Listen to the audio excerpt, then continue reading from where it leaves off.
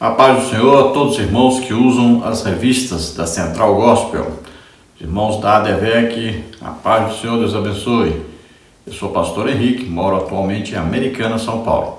Se você deseja nos convidar para estarmos aí, entre em contato conosco. Meu telefone DDD é do Maranhão, onde morava antes, DDD 99. E o telefone é 991520454.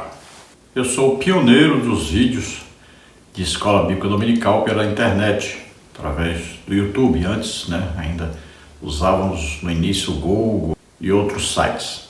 Nós estamos estudando neste trimestre, nas lições da Palavra de Deus, Revista do Professor para adultos, aí ano 19, número 69, com o tema Fundamentos da Liderança Cristã, Modelo Bíblico de Fé, Motivação e Empreendedorismo. Aí você vê o endereço eletrônico da Central Gospel Max, para você adquirir a revista e livros. Também tem aí o telefone da irmã Nélia, que pode te atender e vender para você as revistas e também os livros. E esse telefone é o WhatsApp também. Neste trimestre nós temos como comentarista o pastor Walter Brunelli. Nós já estudamos na lição 1, José, um líder proativo. Na lição 2, Moisés, um líder fiel à sua casa. Na lição 3, Bezalel, um líder artístico. Na lição 4, Josué, um líder para novas gerações. Na lição 5, Débora, uma líder estrategista. E hoje vamos estudar a lição de número 6, Gideão, um líder com potencial escondido. Então vamos estudar sobre este personagem bíblico que é muito falado, principalmente devido àqueles testes que ele fez para poder acreditar que realmente Deus o estava chamando. Imagine a surpresa dele, quando o anjo aparece a ele e fala do seu chamado. E ali nós cremos que é o próprio Jesus Cristo, uma teofania. Veja que ele vai ter que combater uma idolatria do seu próprio pai, da cidade em que moravam. Ele mata os bois que estava usando para arar a terra, oferece sacrifício a Deus. Ele consegue reunir muita gente para a guerra, mas Deus diz para ele que se ele vencesse a guerra, todos iam achar que era por causa do número de soldados. Então Deus faz com que ele fale com o exército, que aqueles que estivessem com medo, aqueles que se acovardaram, que voltassem. E imagine aí que um exército, 22 mil homens voltarem porque estão com medo. Uma coisa terrível. Depois, com os pouquinhos que ficam, ainda Deus diz, não, ainda está muito. E aí vai fazer aquele teste de quem vai baixar-se nas águas para beber a água. E quem é que vai só pegar a água com a mão e botar na boca e com os olhos ficar vigiando?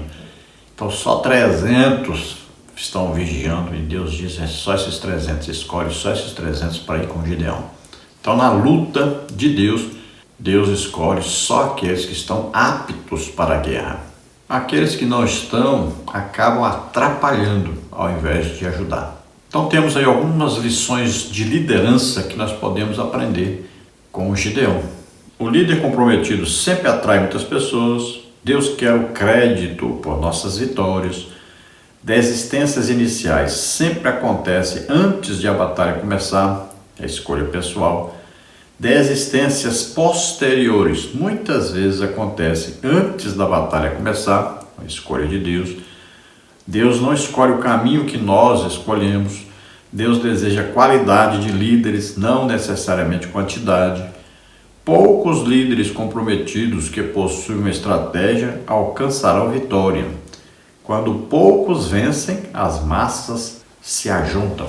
Então veja que nós temos aí 8 lições para aprendermos sobre este período em que Gideão é chamado para guerrear. Então Gideão é um líder com potencial escondido. Nem ele sabia, nem ninguém sabia que ele tinha um potencial.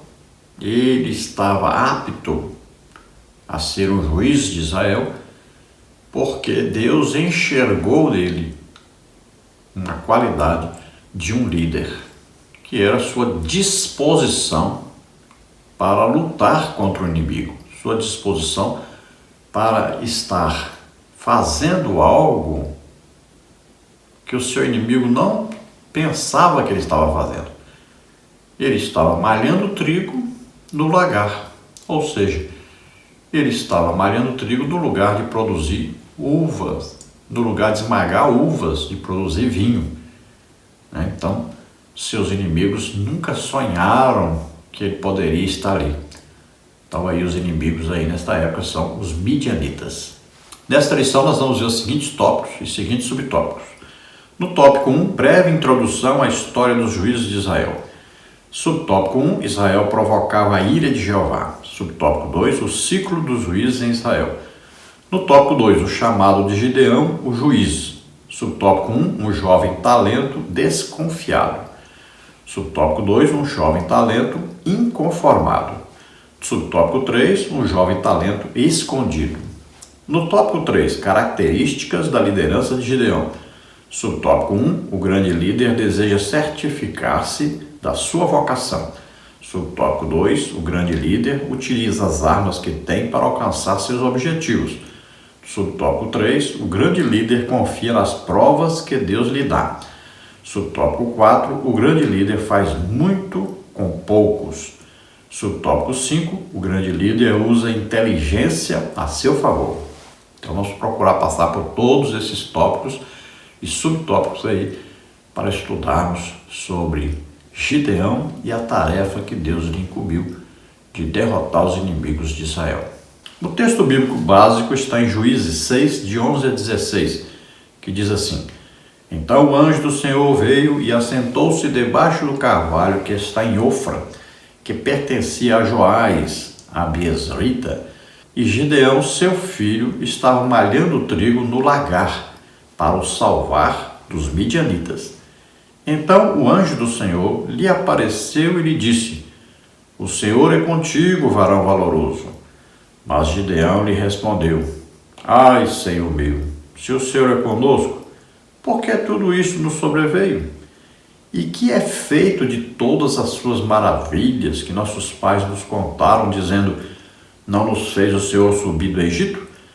Porém agora o Senhor nos desamparou e nos deu na mão dos midianitas. Então o Senhor olhou para ele e disse: Vai nesta tua força e livrarás a Israel da mão dos midianitas. Porventura não te enviei eu? E ele lhe disse: Ai, Senhor meu, com que livrarei a Israel? Eis que a minha família é a mais pobre em Manassés, e eu o menor na casa de meu pai.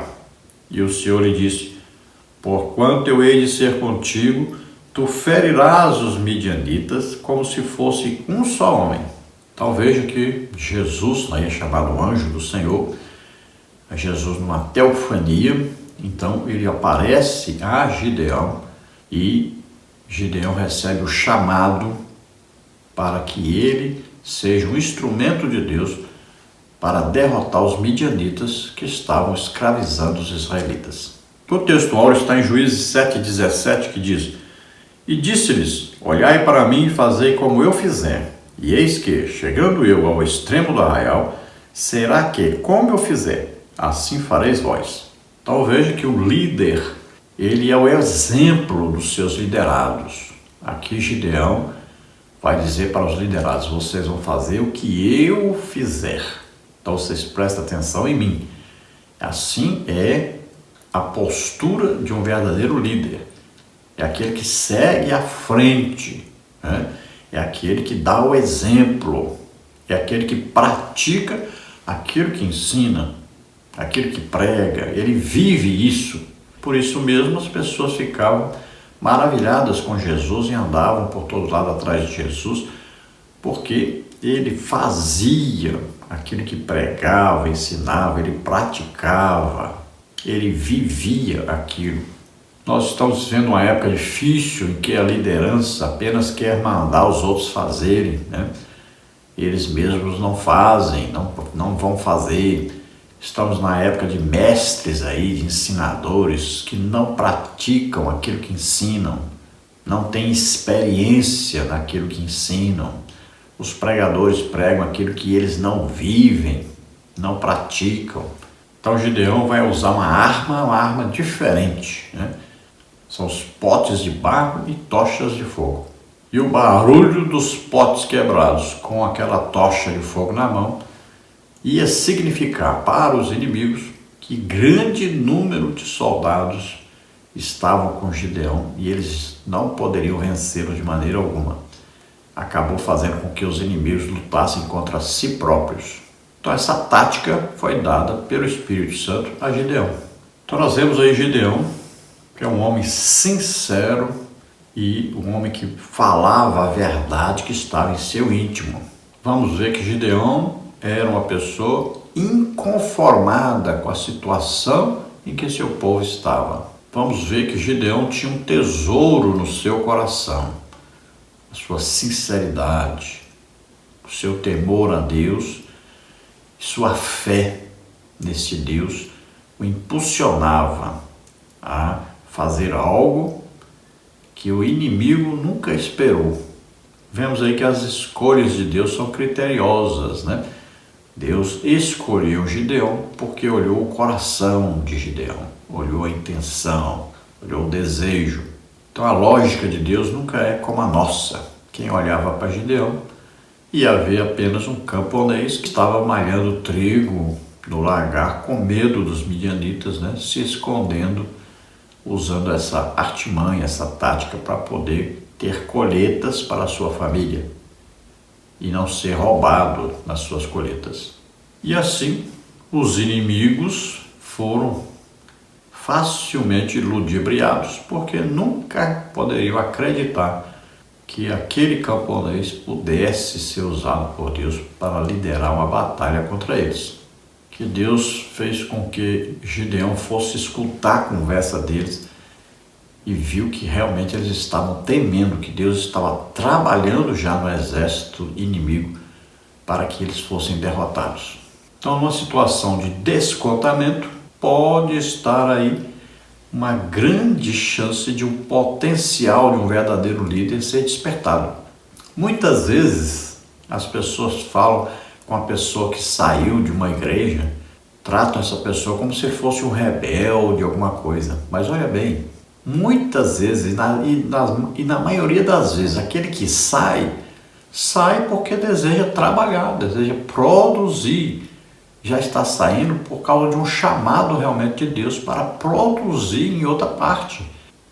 Na maioria das vezes, aqueles que saem são muito melhores do que aqueles que ficam. São muito mais valentes, corajosos, são muito mais inteligentes, muito mais disponíveis para Deus do que aqueles que ficam. E a obra de Deus tem que andar, tem que seguir, tem que crescer. Quanto mais igrejas, melhor. Então, de um grande potencial pode nascer um grande líder. E um grande líder pode salvar uma nação inteira de seus inimigos. É assim mesmo que surgem as grandes lideranças. Então nós temos que olhar para a igreja como o reino de Deus e não como o reino particular nosso. Então devemos ajudar as pessoas a crescerem, desenvolverem, ajudar aqueles que têm dinamismo, né? A produzirem mais, a crescerem mais, a desenvolverem. É o corpo de Cristo, é a igreja, é de Jesus Cristo a igreja, não é nossa, não é particular nossa, não é nossa empresa. Então nós estamos vendo neste trimestre as lideranças bíblicas, né, que nos ensinam lições sobre liderança. Então nós vamos ver quem se destacou, nós estamos vendo aí os destaques bíblicos dentro da área de liderança. Então nesta lição nós vamos ver algumas características de Gideão que nos ensinam a entender mais sobre liderança. Vamos ver que o grande líder deseja certificar-se da sua vocação, utiliza as armas que tem para alcançar seus objetivos, confia nas provas que Deus lhe dá, faz muito com poucos e usa a inteligência a seu favor. Vamos ver a palavra introdutória que diz: Gideão não passou por qualquer academia militar, tampouco vestiu trajes de guerra para tornar-se general de um grande exército. De um simples lavrador, este filho de Joás foi transformado no líder maioral da sua nação porque escondia dentro de si um potencial que ele mesmo desconhecia. Gideão foi alguém a quem Deus escolheu para explorar o potencial que estava guardado dentro dele. O Senhor encheu do seu espírito e isso foi o suficiente. Ora, encontramos aí profissões na Bíblia, né? Os escritores da Bíblia, entre eles, tinha até boieiro. Nós vamos ver a profissão de Jesus, carpinteiro. Então temos aí vários homens de Deus que se destacaram e tinham as suas profissões, são diversas profissões. Vamos ver aí algumas profissões de homens que se destacaram na Bíblia.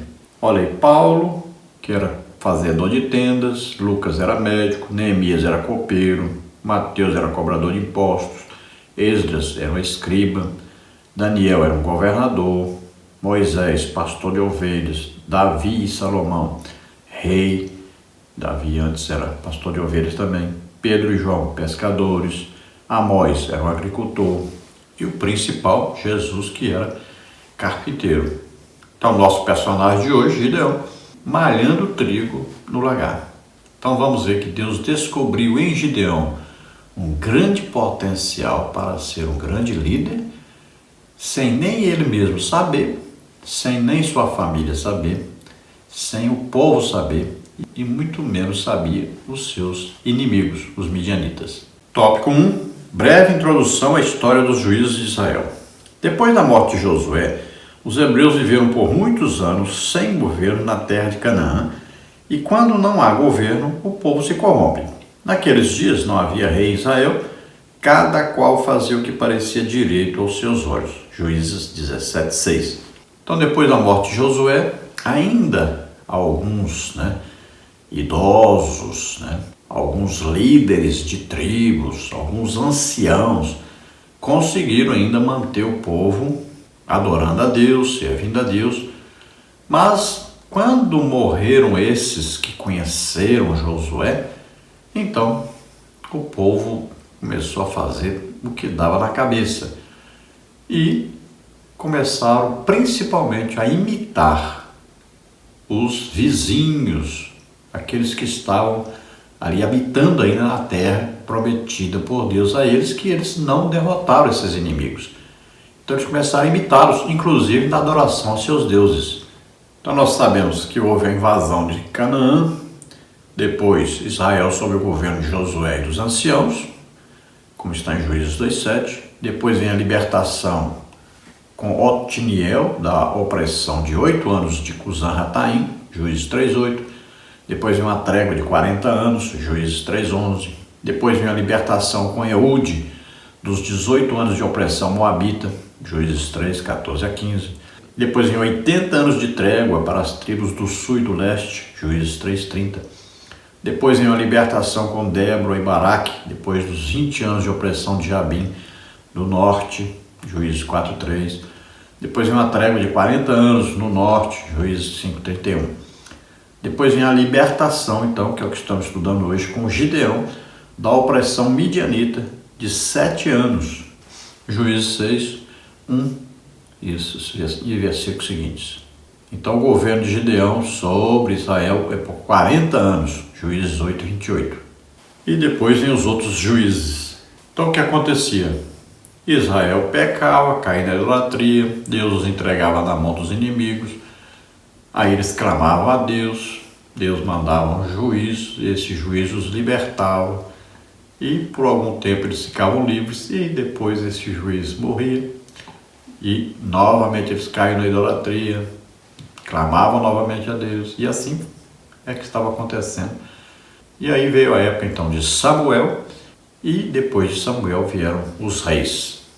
E eles vão continuar nisso, se desviando, clamando, Deus manda socorro, eles se desviam de novo, até que são deportados. Parte norte, deportado pelos assírios, e Judá ali, a parte sul, são deportados para a Babilônia. Quando eles voltam da Babilônia, então aprendem então a lição e nunca mais caem na idolatria. Tópico 1, subtópico 1, Israel provocava a ira de Jeová.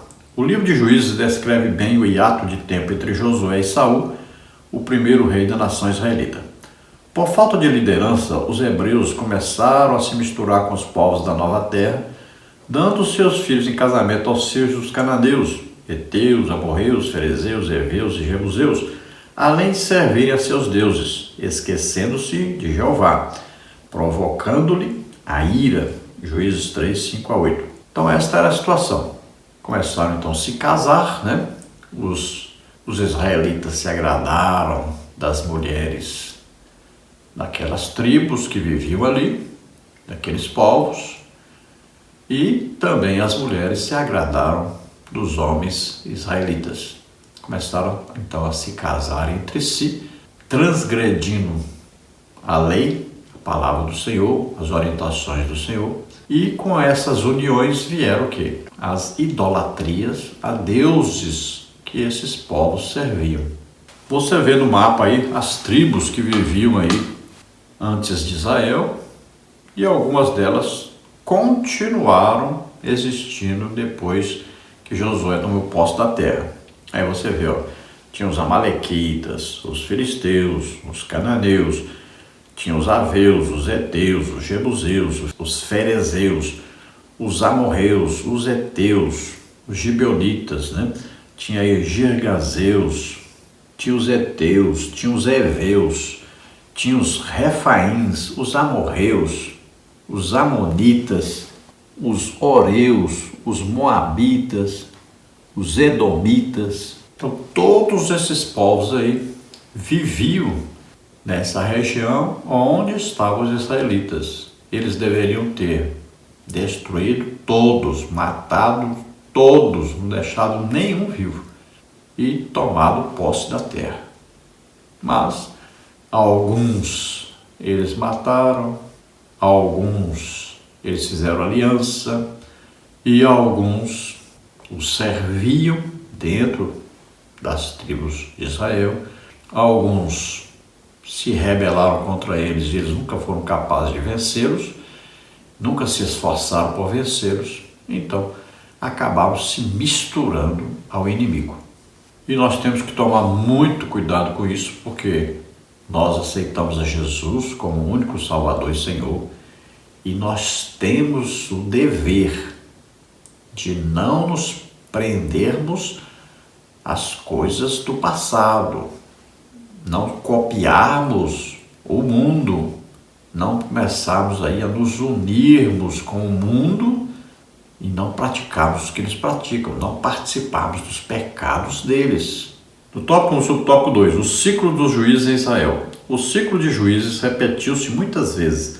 Cada vez que a nação fazia o que era mau aos olhos do Senhor, ele a punia.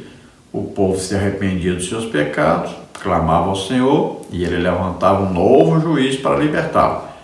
Enquanto vivia o juiz, o povo andava corretamente. Morria o juiz, o povo se corrompia. Então era isso que acontecia. Era um ciclo, né? E isso começou aí nessa época e foi até a deportação. Sempre fizeram a mesma coisa. Um período que se corrompiam, caíam na idolatria, aí vinha o período de arrependimento, de clamor a Deus, aí vinha o período que Deus enviava alguém, um líder, para libertá-los, unidos, né, nessa luta contra esse inimigo. Eles ficavam livres. Enquanto esse juiz estava vivo, eles continuavam seguindo a Deus. Aí o líder morria e eles caíam de novo no pecado, na idolatria. Clamavam de novo, Deus mandava libertação. Caiu no pecado de novo. E assim foram, o tempo todo fazendo.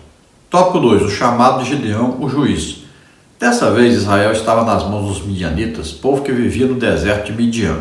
Juízes 6. Os midianitas eram chamados de ratos do deserto porque roubavam os celeiros dos israelitas. Mas Gideão era inteligente. Para despistar os midianitas, ele malhava trigo no lagar. Versículo 11. Lugar em que se pisavam uvas para fazer vinho. A expressão o anjo do Senhor é uma teofania, aparição, revelação ou manifestação da divindade comum no Antigo Testamento. Deste modo, em Juízes 6:12, pode-se afirmar que o próprio Filho de Deus apareceu a Gideão e lhe disse: você é corajoso e o Senhor está com você. Gideão possivelmente ainda era um homem jovem quando Deus o chamou para a judicatura.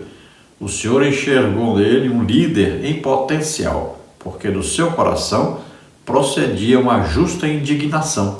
Ele rebelava-se, ao fim das contas, contra os inimigos de Israel. Mateus 5:6. Então, nesta lição, nós estamos estudando a época que os midianitas dominavam, então, sobre Israel. Então, você veja aí onde é que moravam os midianitas. Eles não faziam parte daqueles povos que estavam na terra prometida. Onde ficava Midian? Midian, lá onde Moisés passou 40 anos, né? Onde Moisés se casou com Zípora, ali moravam os midianitas. Então eles saíram de longe para dominarem sobre Israel. Então Midian hoje, ali, Arábia Saudita, né? Aquela região ali, que são os midianitas. Então é o lado direito aí do Golfo de Áqaba. Então onde fica essa terra de Midian hoje? Então, Arábia Saudita e Iêmen, aquela região ali do lado direito do Golfo Áqaba. Então veja que eram chamados ratos do deserto. Por quê? Porque eles roubavam toda a produção agrícola de Israel. Tudo que eles produziam ali, eles roubavam, era alimentação. Com isso, eles dominavam sobre eles, faziam com que eles ficassem malnutridos, fracos, e também fazia com que eles ficassem sempre dependentes deles, porque para comerem teriam que pedir a eles comida. Veja só, eles produziam, mas não podiam comer o que produziam. Era tudo roubado pelos midianitas. Então o que Gideão estava fazendo? No lugar que era para esmagar uvas, produzir vinho, ele malhava trigo, porque trigo era o alimento básico de Israel, o principal alimento. E uva tinha muita em toda a região, então os midianitas não se preocupavam tanto com as uvas, nem com o produto das uvas, que era o vinho. Não vigiavam tanto, então, os lagares. Agora, as eiras, que era o lugar onde se malhava ali o trigo, né? Malhar o que quer dizer? Bater com aquelas varas no trigo para sair a palha, né? Separar a palha do trigo. Então, era na eira que fazia isso. Mas Gideão fazia escondido. Então, ele malhava o trigo lá onde era para produzir o suco de uva, né? O vinho.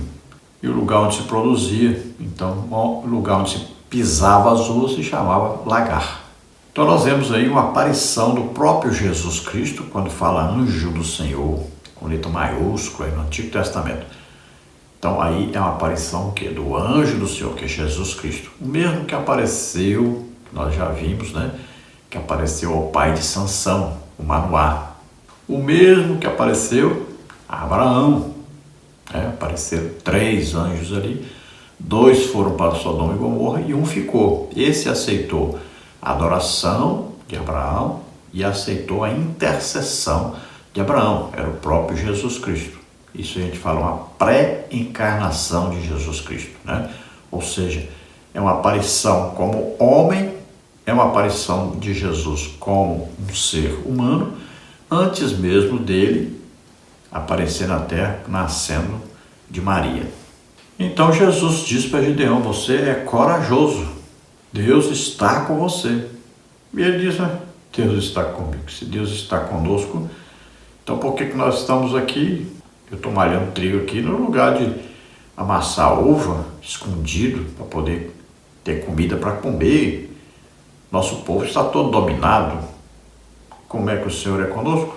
Então, Gideão estava indignado. Por quê? Porque ele ouvia falar sobre Deus, acreditava em Deus, mas não estava entendendo a situação, porque ele mesmo não era um adorador de ídolos.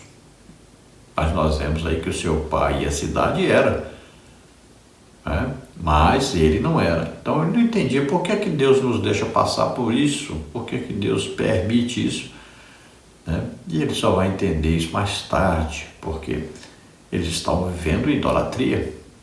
Quando então Jesus disse para ele que ele ia ter que destruir o altar de seu pai, o altar dos ídolos da cidade, então ele vai entender que aquilo ali é o motivo por que eles estavam sendo escravizados. Então ele vai ter que destruir aqueles altares para que ele possa servir a Deus como Deus quer que ele sirva. E ele vai oferecer um sacrifício a Deus. Então, assim como Eliseu, né, que largou lá tudo, largou arado, largou tudo para servir a Deus, assim também Gideão pegou os bois, ofereceu em sacrifício e o fogo que ele usou foi a madeira. Então ele destruiu aquilo que poderia ligá-lo ao passado, poderia fazê-lo voltar a ser o que era antes. Então ele estava começando uma vida nova. Assim mesmo eu fiz, né? Estou já há 7 anos que não trabalho mais secularmente, trabalho só para Deus. E Deus tem me sustentado.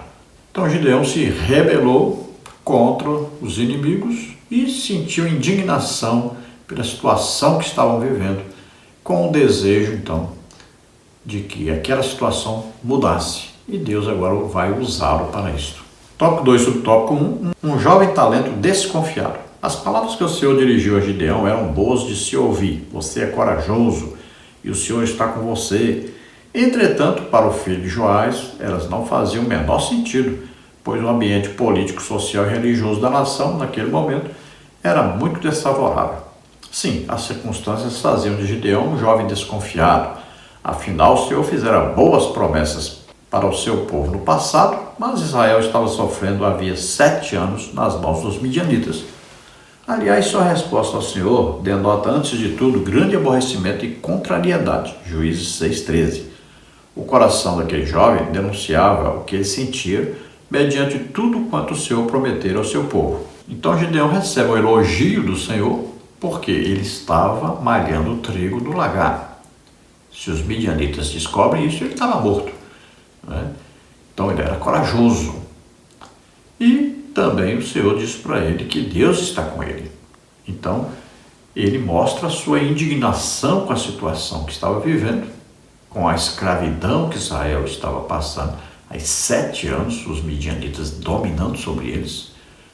E ele se lembrava das promessas de Deus do passado e comparava com o presente e dizia: como nós somos povo de Deus e estamos vivendo desse jeito. No tópico 2, subtópico 2, um jovem talento inconformado. Gideão era igualmente inconformado.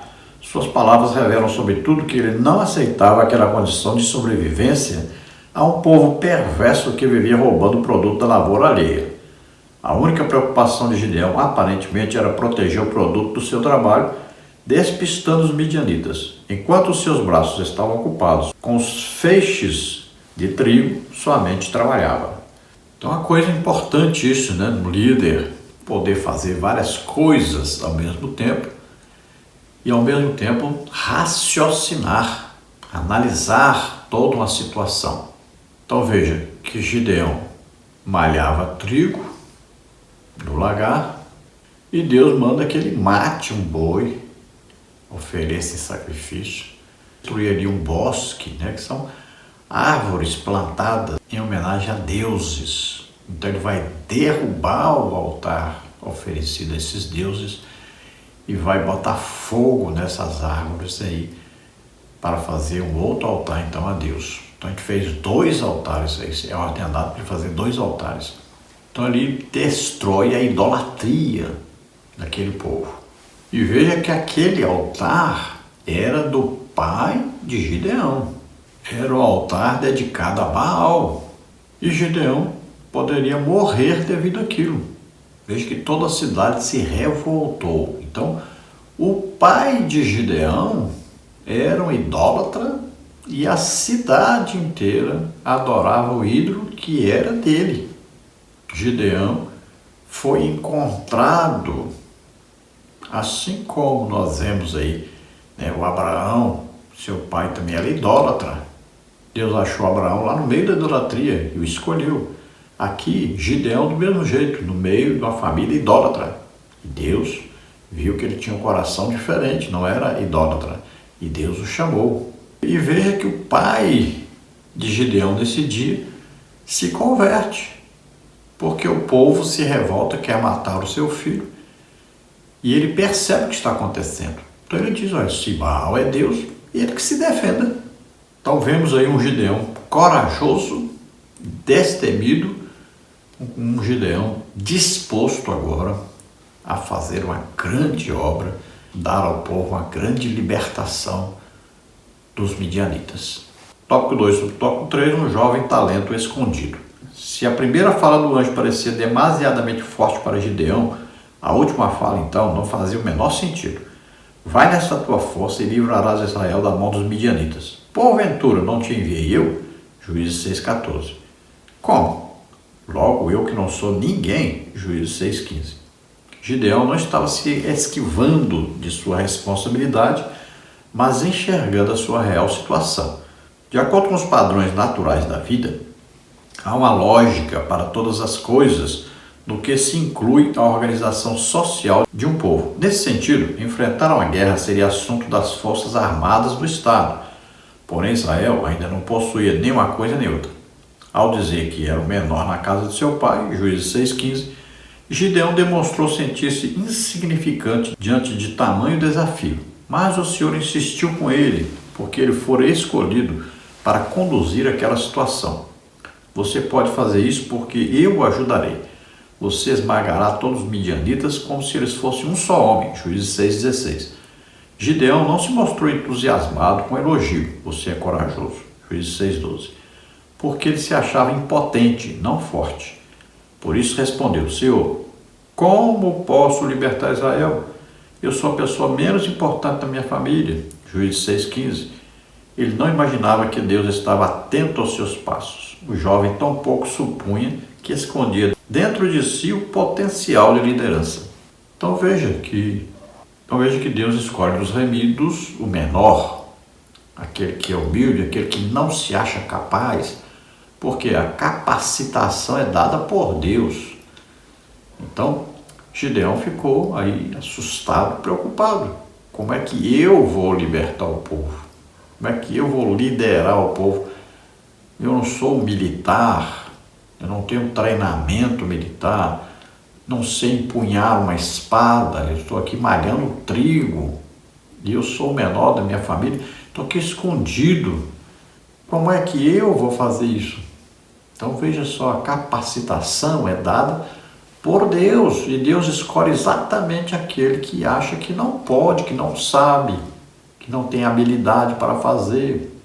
Veja lá, Davi foi chamado de onde? Por detrás das ovelhas, né? Estava lá tocando a sua harpa lá no campo. Seu pai apresentou todos os filhos a Samuel. Nem se lembrou de Davi, de tão pequeno que era. E é assim que Deus faz. Aquela pessoa que o mundo não dá nada por ele, é esse que Deus escolhe, é esse que Deus chama. Aqueles que são humilhados, perseguidos, que são dados como nada, como ninguém, são esses que Deus usa para fazer grande obra. Então nós vemos que Gideão tinha um talento escondido, ou seja, ele poderia ser um grande líder, só bastava ele desejar e acreditar em Deus. E é o que ele fez, teve fé em Deus, já que Deus diz para ele que o ajudaria, então ele se coloca à disposição. No tópico 3 agora, características da liderança de Gideão. Tópico 3. Tópico 1. O grande líder deseja certificar-se da sua vocação. Nada sabemos sobre a história de vida de Gideão antes de Deus ter convocado para uma missão específica. Mas tudo nos leva a crer que ele não tinha qualquer experiência de liderança maior, sobretudo de guerra.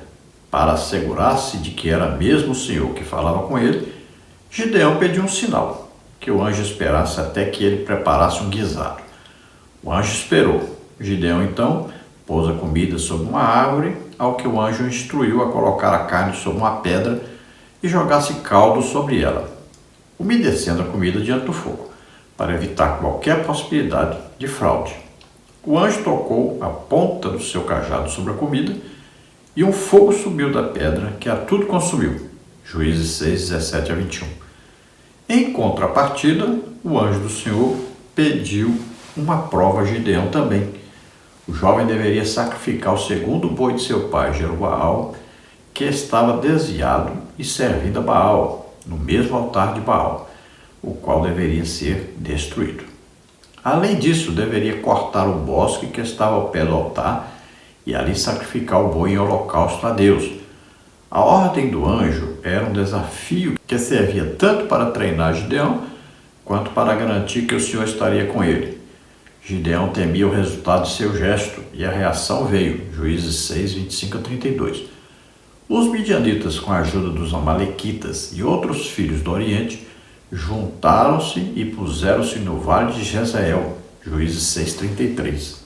Então Gideão, percebendo ser ali o Senhor e querendo ter a certeza, a comprovação de que realmente é o Senhor, ele fala: então o Senhor espera aqui e eu vou ali preparar um sacrifício e trago para o Senhor. Então o anjo disse: pode ir. Esperou. Quando ele chegou, foi orientado: então coloca aí sobre a pedra.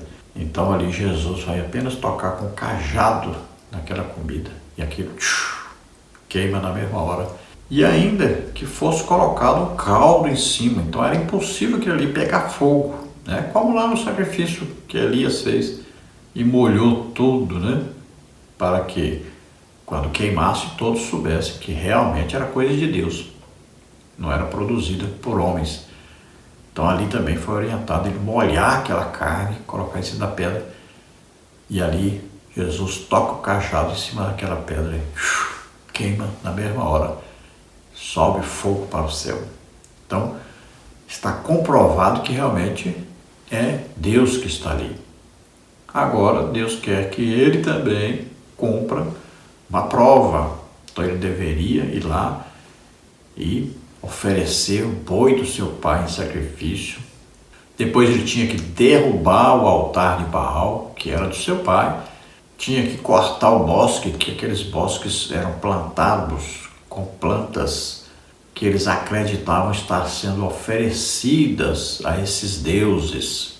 Então ele cortou aquilo, então ele acabou com aquela idolatria que havia ali, demonstrando assim ao seu pai e a toda aquela cidade que aqueles deuses que eles serviam não valiam de nada, chamando o povo a derrotar os seus inimigos e se livrarem da idolatria para poder Deus então dar a vitória a eles. Então esse nome Jerubaal foi dado, na verdade, a Gideão, porque ele derrubou o altar de Baal. Então disseram, o nome dele é Jerubaal, porque ele derrubou. Então Baal contenda contra ele, porque ele derrubou o seu altar. Então essa ordem dada a Gideão era para que ele tomasse coragem realmente, fizesse alguma coisa para que ele pudesse ser iniciado então na sua liderança. Porque através disso ele estava, olha só, provando que amava mais a Deus do que o seu pai, provava que não era idólatra, destruindo o altar de Baal, provava que não temia o povo, nem a reação desse povo, provava então que amava a Deus sobre tudo e sobre todos, provava que tinha coragem para fazer isso, enfrentar o perigo, e provava ser inteligente, que ele fez isso de noite, ele não foi fazer de dia, porque todos veriam e arrumaria maior confusão ali. Então ele fez à noite. Quando amanheceu, todo mundo ficou sabendo. Olhou, cadê o altar? Derrubado. Cadê os bois? Mortos. Quem fez isso? Gideão. Foram à casa do pai dele, porque o pai dele, que era o dono do altar, disseram que iam matar Gideão por causa disso. E o pai dele disse: olha, se Baal é Deus, ele que se defenda. Então veja que o crente é assim também. Jesus diz bem claro: que amar o seu pai ou sua mãe, os seus irmãos mais do que a mim, não é digno de mim. Se você quer seguir a Deus, Ninguém, nada pode te impedir, nada pode te atrapalhar. Ninguém é superior a Deus, nada é superior a Deus. Deus tem que estar em primeiro lugar na sua vida. Tópico 3, subtópico 2. O grande líder utiliza as armas que tem para alcançar seus objetivos. Depois desta prova, o Espírito do Senhor revestiu Gideão. Juízes 6:34. Cheio do Espírito, o filho de Joás soprou sua buzina e começou a aparecer muita gente ao lado dele. Eram os Abiezritas, uma grande família descendente de Abiezer, pertencente à tribo de Manassés, a mesma de Gideão. Além destes, Gideão mandou chamar mais gente para juntar-se a ele. Juízes 6:35. Ao todo, formou-se um exército de 32.000 homens. Juízes 7:3. Então vemos aí Gideão agora cheio do Espírito Santo, capacitado para fazer aquela obra, e ele então toca a buzina, que significava que todos deveriam se reunir. Então é claro, são enviados, homens aí por toda parte, comunicando que Gideão os estava convocando para então a guerra contra os midianitas.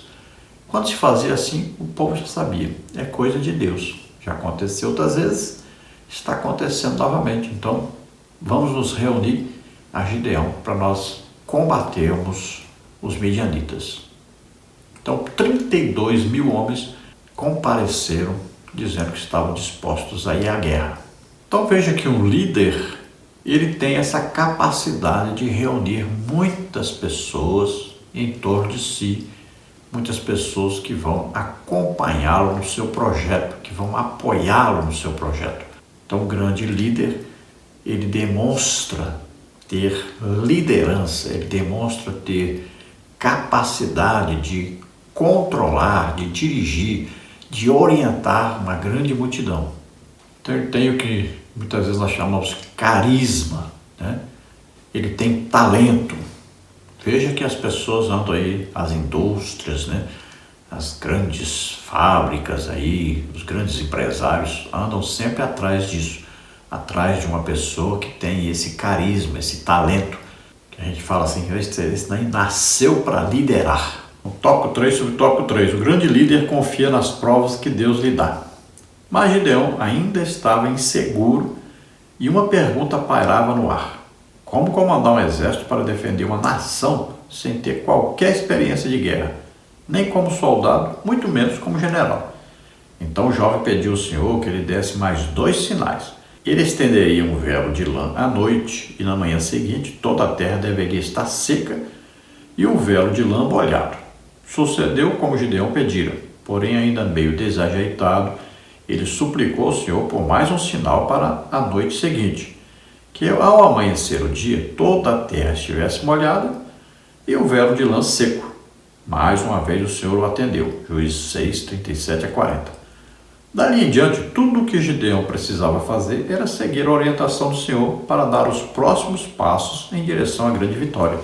Então veja, à medida que Gideão ia dando um passo, ele ia querendo saber mais, com certeza, se ele seria usado poderosamente por Deus e venceria a guerra. Ele queria ter certeza mesmo que aquilo ali era uma coisa de Deus. Então ele vai fazer o quê? Um teste, Ele vai tirar suas dúvidas. Então ele vai pedir ao Senhor algo que só Deus pode fazer. Isso é muito importante. Deus diz, fazei prova de mim. Veja bem, quando eu fui para o campo missionário, eu fiz prova com Deus. Fui pregar na igreja e disse, o Senhor salvar, curar e batizar com o Espírito Santo. Aí eu vou saber que o Senhor está realmente me chamando. E Deus fez exatamente isso. Salvou, curou e batizou. Isso foi um teste que eu fiz, uma prova que eu fiz. Mas eu não fiz só essa, fiz outra.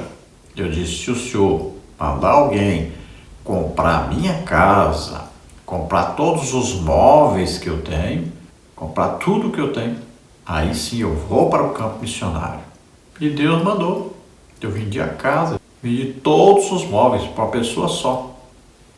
Veja só, é assim que Deus faz. Então, Deus estava comprovando, estava realmente me chamando.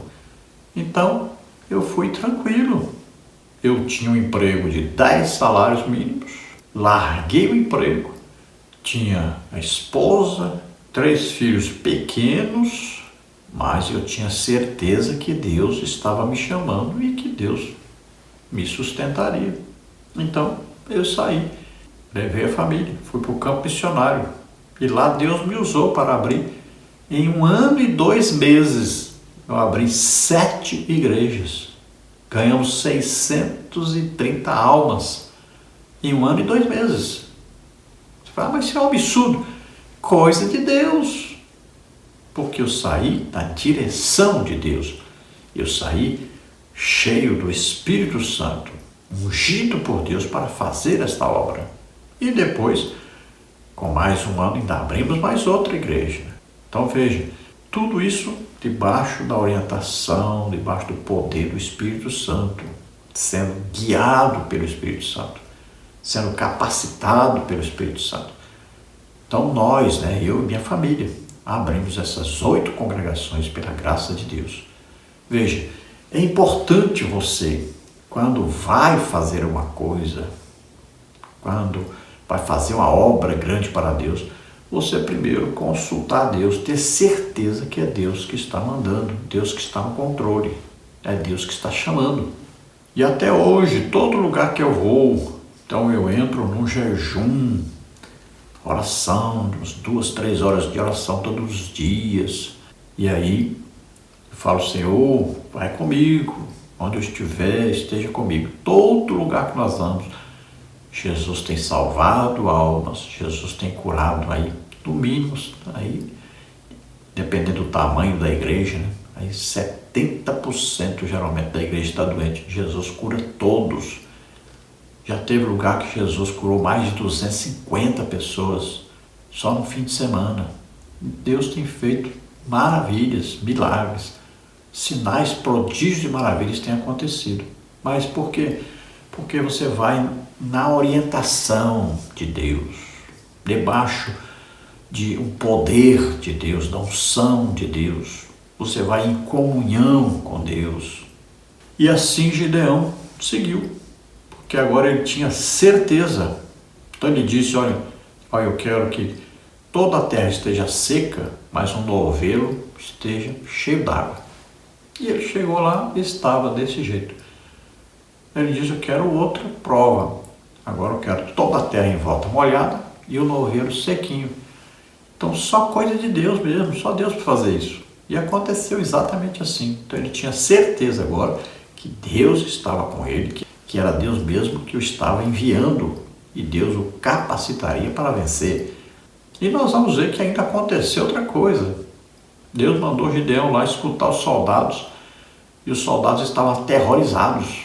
Estavam já dizendo que Gideão ia atacá-los e eles iam morrer todos. Estavam apavorados. Tópico 3, tópico 4, o grande líder faz muito com poucos. Em uma guerra, quanto mais numeroso o exército, melhor. Mas Deus queria mostrar ao moço que o Senhor dos Exércitos estava à frente do seu povo. Por isso ordenou que Gideão reduzisse o seu efetivo. Mas como ele faria isso? Gideão perguntou aos 32 mil homens quais deles estavam com medo. 22 mil disseram estar amedrontados. Esses tiveram ordem de voltar para casa. Juízes 7:3. O Senhor, contudo, pediu que Gideão levasse os 10 mil restantes a um lugar de águas limpas para um teste final. Todo aquele que se inclinasse a beber água, lambendo-a como um cão, seria posto de lado. Já os que apenas enchessem a mão de água e a levassem à boca, fariam parte do exército de Gideão. Restaram, por fim, apenas 300 homens. Juízes 7:6, 1 Coríntios 1, 27 e 28. Tanto a covardia dos 22, quanto a distração dos outros 9.700 homens, desqualificavam-nos para a batalha. Chegara a hora de o Senhor ensinar Gideão a reconhecer o potencial de cada um dos 300 soldados remanescentes. Então veja, Gideão conseguiu então reunir 32 mil homens. Mas Deus disse, se vocês vencerem a guerra, vão dizer que é pela força de vocês mesmos. São muitos homens, mas a glória não pode ser para você, Gideão, e nem para os homens que vão lutar. A glória é de Deus. Então, vamos diminuir. Como o Senhor vou fazer? Então, Deus orientou Gideão e ele disse: todos os homens que estão com medo aí de ir para a guerra, então, vocês voltem para casa. Olha só, de 32 mil homens, voltaram 22 mil. Já pensou que coisa terrível? 22 mil se acovardaram. 22 mil estavam com muito medo. Voltaram para casa. Ficou só 10 mil homens com Gideão. Aí Gideão disse: bom, 10 mil, mas pelo menos vamos lutar. E 10 mil deve dar para ganhar a guerra. Então Deus disse: 10 mil ainda é muito. Vocês vão pensar ainda que são vocês que venceram a guerra com a força de vocês. Não vão dar glória a Deus como deveria. Então, vamos diminuir. Então Deus diz a Gideão: leve-os para beber água, onde tinha ali águas limpas. Então veja só que eles foram beber água e Deus disse: aqueles que se abaixarem dentro da água, ficarem com o rosto bem próximo ali da água, sem vigiarem, olha, eles estarão, se o inimigo chegasse ali, pegaria eles desprevenidos, com o rosto próximo da água, não veriam o exército inimigo. Então eles não estavam aptos a lutar. Então Deus disse: aqueles que se abaixarem desse jeito, como se fosse um cão bebendo água, estão desqualificados. E aqueles que só levarem a mão à boca com a água, né, esses estão qualificados. Então é evidente que Gideão deve ter colocado ali os fiscais, né, homens, para olhar direitinho. Sobraram 300 homens. Só 300 é que encheram a mão com a água, levaram a mão à boca e ficaram vigiando. Enquanto estavam bebendo água, estavam olhando, ver se o inimigo estava por perto. Então estavam qualificados para a luta. Então Gideão foi à luta com esses 300 apenas. Então o líder deve saber que existem aqueles que são qualificados para uma guerra. Nem todos são.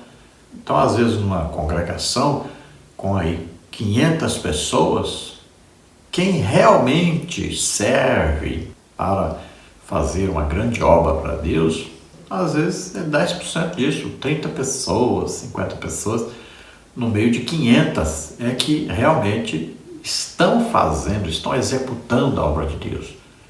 Estão ali na oração, estão no jejum, estão no estudo da palavra de Deus, estão evangelizando, estão visitando. Então são poucos os que trabalham realmente na obra de Deus. São poucos que são qualificados, né, chamados, capacitados por Deus, porque se dispõe, abre o coração para Deus.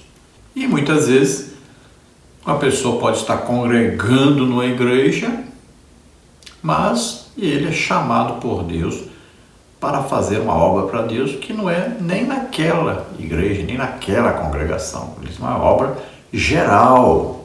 Deus enxerga a obra geral no mundo inteiro. Não é apenas de uma localidade.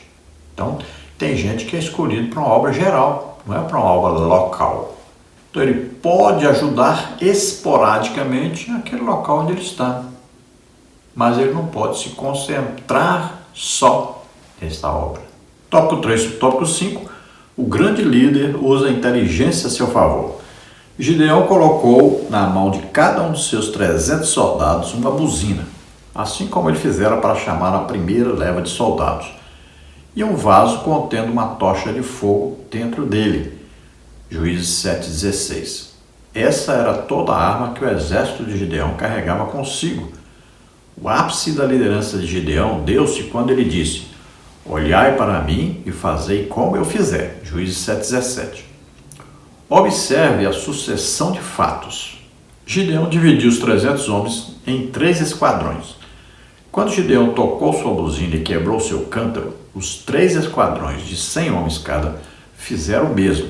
Os 300 soldados de Gideão então tocaram suas buzinas e gritaram: pelo Senhor e Gideão. Juízes 7,18.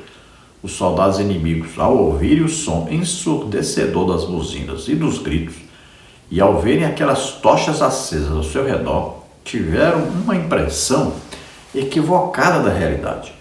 Geralmente, quando o comandante de um pelotão portava uma tocha acesa à mão, ele tinha ao menos 100 outros homens por trás de si. A impressão que os midianitas tiveram era de que havia pelo menos 30 mil homens para guerrear contra eles.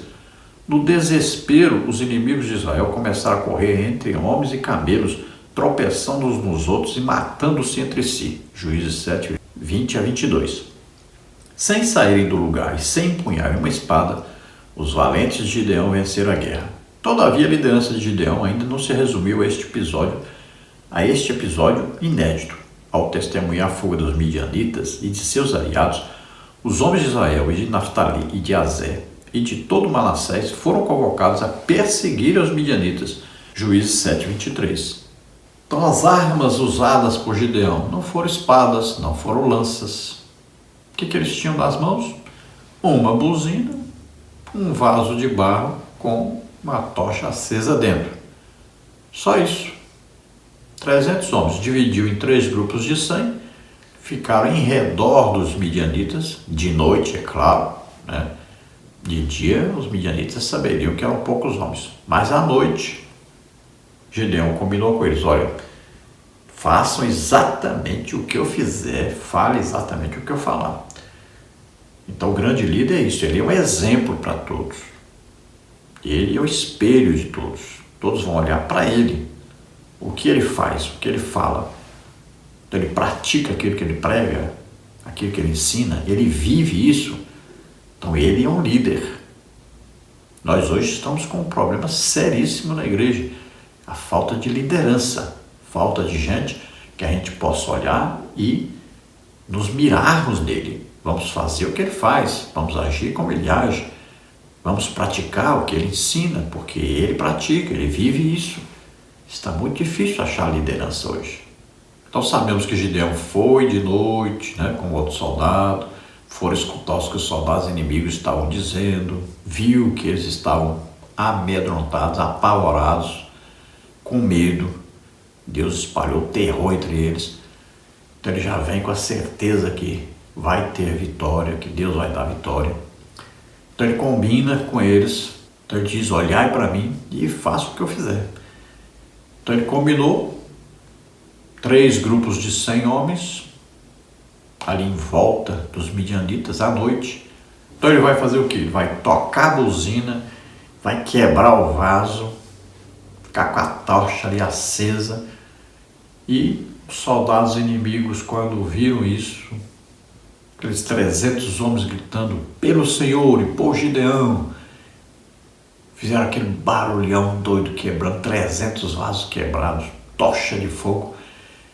Então os exércitos olharam e falaram: atrás de cada uma tocha dessa aí tem mais 100, são 30 mil homens no mínimo aí, atacando, vão nos matar todos. E começaram, né, naquela fuga à noite. Veja bem, eles não tinham iluminação suficiente, não foram acender tochas, não dava tempo. Então no escuro, quando tropeçavam no outro, pensavam que era inimigo e matavam o outro. Então uns matando aos seus próprios companheiros, né, foram se matando uns aos outros. E aí Gideão então é orientado a pegar então os companheiros até de outras tribos também, perseguir os midianitas, e foram matando a todos, destruindo a todos. Ele teve ajuda aí da tribo de Naftali, de Azer e também de Manassés, que era a própria tribo dele. Conclusão: Miles Monroe traz uma belíssima ilustração sobre o potencial de uma rocha que, aos olhos comuns, pode parecer um estorvo, mas nas mãos de um escultor pode transformar-se na matéria-prima que dará vida a uma bela obra de arte. Na obra de Deus há oportunidade de trabalho para todos. Qualquer membro da igreja que põe a mão no arado e olhe em frente é capaz de grandes realizações em benefício do reino. Quantos potenciais não revelados foram sepultados sem que o mundo pudesse beneficiar-se do que eles carregavam dentro de si? Se não você, meu irmão, minha irmã, quem? Se não agora, quando? Então veja, existem pessoas na igreja que podem ser usadas por Deus, que podem trazer um grande desenvolvimento à igreja. Qual é o problema? Por que não estão fazendo o que podem fazer? Porque a liderança, ao invés de ajudar essas pessoas, apoiar essas pessoas, de deixá-los fazer a obra de Deus, estão sufocando essas pessoas, impedem essas pessoas de fazer a obra de Deus, não dão apoio a essas pessoas para fazer a obra de Deus. Alguns líderes morrem de medo de perder a liderança, de perderem a propriedade deles, que a igreja para eles é propriedade deles, é a empresa deles. Não acreditam que Deus os chamou, não acreditam que tem a autoridade de Deus para dirigir a igreja, ficam com medo de outros se destacarem, ficam com medo de outros ministérios serem exercidos. A igreja, ela tem 5 ministérios, é apóstolo, profeta, evangelista, pastor e mestre. Não é um só pastor, não. São 5 ministérios. Não fique com inveja, não fique com ciúme. Deixa as pessoas trabalharem, deixa os ministérios evoluírem no seu trabalho, fazerem o seu trabalho para Deus. A igreja não é sua, a igreja é de Jesus Cristo. Trabalhe para o reino de Deus, não para o seu próprio reino. Não tenha medo de perder o seu lugar, foi Deus que lhe deu. Então é preciso que a liderança pare de atrapalhar os ministérios. Olha, todo o avivamento acabou, não foi por causa daqueles que eram usados no avivamento, foi por causa de líderes que não tiveram a sabedoria de arrumarem ali, aquelas pessoas que se comportavam como crianças, de aconselharem, de cuidarem, de orientarem. São líderes que não participaram realmente do avivamento, que não tiveram o coração voltado para o avivamento e que atrapalharam, sufocaram, mataram o avivamento. Todos os avivamentos terminam por causa da liderança, não é por causa daqueles que estão no avivamento. Bom, vamos orar agora. Se você deseja entregar sua vida para Deus, você crê que Jesus Cristo, o Filho de Deus, veio à terra, nasceu como homem, viveu como homem, tomou sobre ele os nossos pecados, doenças, enfermidades, maldições, morreu em nosso lugar na cruz e ressuscitou. Você crê nisso? Você é salvo agora. Se arrependa, peça perdão agora dos seus pecados, entregue sua vida para Deus e aceite a Jesus Cristo como único Salvador e Senhor. E você é salvo agora, recebe o Espírito Santo, vai ter uma vida de comunhão com Deus, vai ser usado por Deus poderosamente para fazer uma grande obra para Deus. Vamos orar. Se você está doente, está enfermo, vamos orar e você é curado agora, em nome de Jesus. Vamos orar. Pai, em nome de Jesus, te apresentamos essas vidas que se chegam a Ti, arrependidos dos seus pecados. Ó Senhor, toma em Tuas mãos. Ó Senhor, guarda, protege, livra de todo mal, capacita, usa poderosamente. Enche-os agora do Espírito Santo. Arrabás, la cruz te mirifir no crossa, la marte o efare, arrebelar e fossa manás. Oh, Deus te amou tanto que deu seu Filho para morrer por você na cruz. E Ele ressuscitou, está vivo, e agora recebe você como filho. Creia, seu nome está sendo escrito no livro da vida. Receba agora a cura, você que está doente, está enfermo.